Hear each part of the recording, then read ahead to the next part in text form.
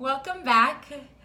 I wanted to make sure that I addressed sugar cravings in a video sooner rather than later because, we're finishing our day one today. I'm doing this ketogenic ultimate challenge with you as well. And for me, if you're like me, sugar can be a tough food to knock out. Now, we're doing this for 60 days. I know I personally already am getting a sugar craving.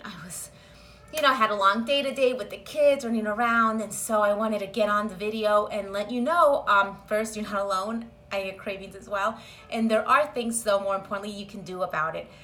There are recipes and there are ways you can cook to stick with this clean ketogenic diet that we're going to be following and lose weight and, still lose weight and satisfy that sugar craving.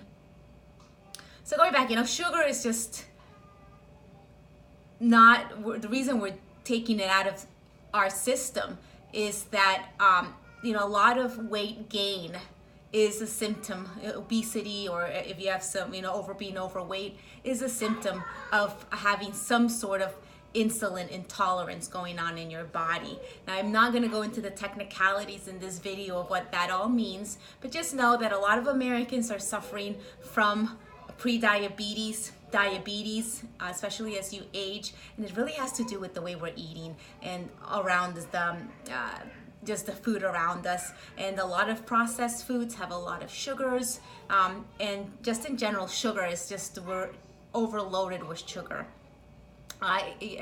in our diet. And unfortunately, I think this is happening a lot around the world. I'd like to say it's just the US, but the French are having an obesity problem. So the Chinese, so it's not just us, it's around the world. And so if you want to get healthier, feel healthier, get energy back, one of the major foods you want to try to really reduce is sugar, almost like zero. If you can do zero sugar, that's the goal. That's our perfect day ultimate goal. Healthy habits, and it doesn't mean that you'll never eat sugar again. I like my dark chocolate now that I've lost the weight. I'm not doing it now because dark chocolate is not in the ketogenic diet if it has sugar in it. I'll go into that. There are foods now that you can buy that have zero glycemic, it has to have substitute sugars in them. But right now I'm sticking to the diet you're following. And I encourage you, and I wanted to go over some things. So, number one, substitutions, recipes. There's definitely a recipe. There's two that I really like because they're very simple to do, very simple ingredients, and I like to have them in my refrigerator in case I get a craving. Easter was yesterday. My kids have been eating candy. We've got chocolate cake sitting right in front of me right now. So what do? You need something, and you don't want that chocolate cake. So be prepared by making certain things. So the first thing is, I like making a quick chocolate pudding. Delicious. It's almost like mousse, chocolate mousse. If you hear the texture. So this is very simple to make. I have the recipe. I'll download it in the membership site. I also have posted it on my Facebook public group, Become the Ultimate You, because I've gotten a lot of requests for the recipe. Very simple. It's paleo based, so it's using avocado, and I'm using some unsweetened cocoa. I use stevia. You can use monk fruit, but it's just a very simple. Throw ingredients in the blender, and within 5 minutes you'll have this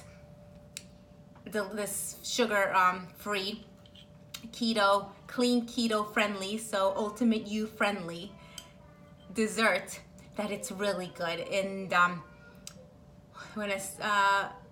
that leads me, this has some coconut oil in it, and it leads me, coconut oil is a very important ingredient I keep in my kitchen during this period of cleansing, because coconut oil can be used in a lot of desserts, can be used in a lot of also recipes for main course recipes, but desserts also use coconut oil There's also coconut milk, coconut cream.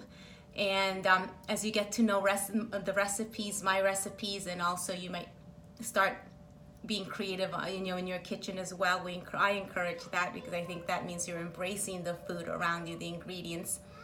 You'll find that coconut oil, coconut milk, coconut cream is very helpful. And for this segment specifically for sugars, it's been a really great help. So you can make chocolate fudge. And actually it's pudding, chocolate pudding.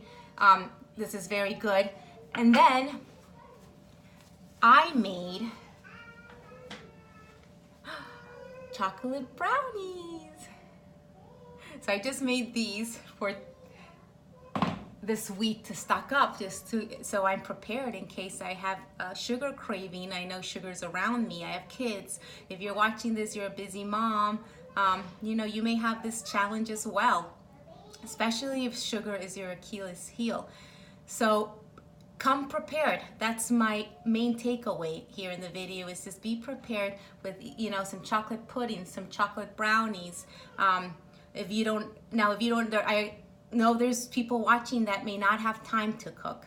The recipes I'll be sharing, specifically the fudge and the brownie, they're very simple. They take 5 minutes for the fudge and for the pudding. And for the brownies, I think you probably need 10 minutes. You cook it in the oven for 25. But they're simple recipes, and which help.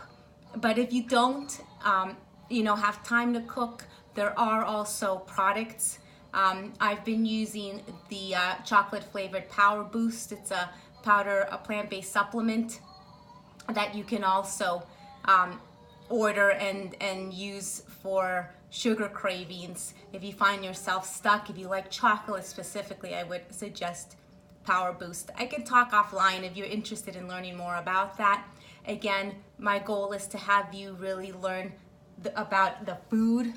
And again, this is made with coconut. I'll put the recipe again, but it's made with all natural ingredients, everything that you can find in the kitchen and in the market. And so that's what I really want the takeaway is to start embracing this and realizing that it's not about knocking off food forever or not eating brownies or pudding. You're definitely eating, you're just tweaking the ingredients a bit. So I'll finish with that. I'll wrap up.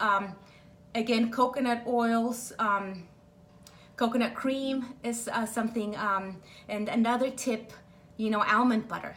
If you're, if you like nuts specifically, I've had some ladies say I don't like nuts, or nuts are really good for you, but I don't, almond butter. I personally love it, and you love it more when you start seeing weight coming off the scale, and you realize, well, if nuts are helping me lose weight, it's like reinforces all that success. So, or the sacrifice you're making, it's it's rewarding, and so it reinforces that success. And so you want to look at maybe using almond butter.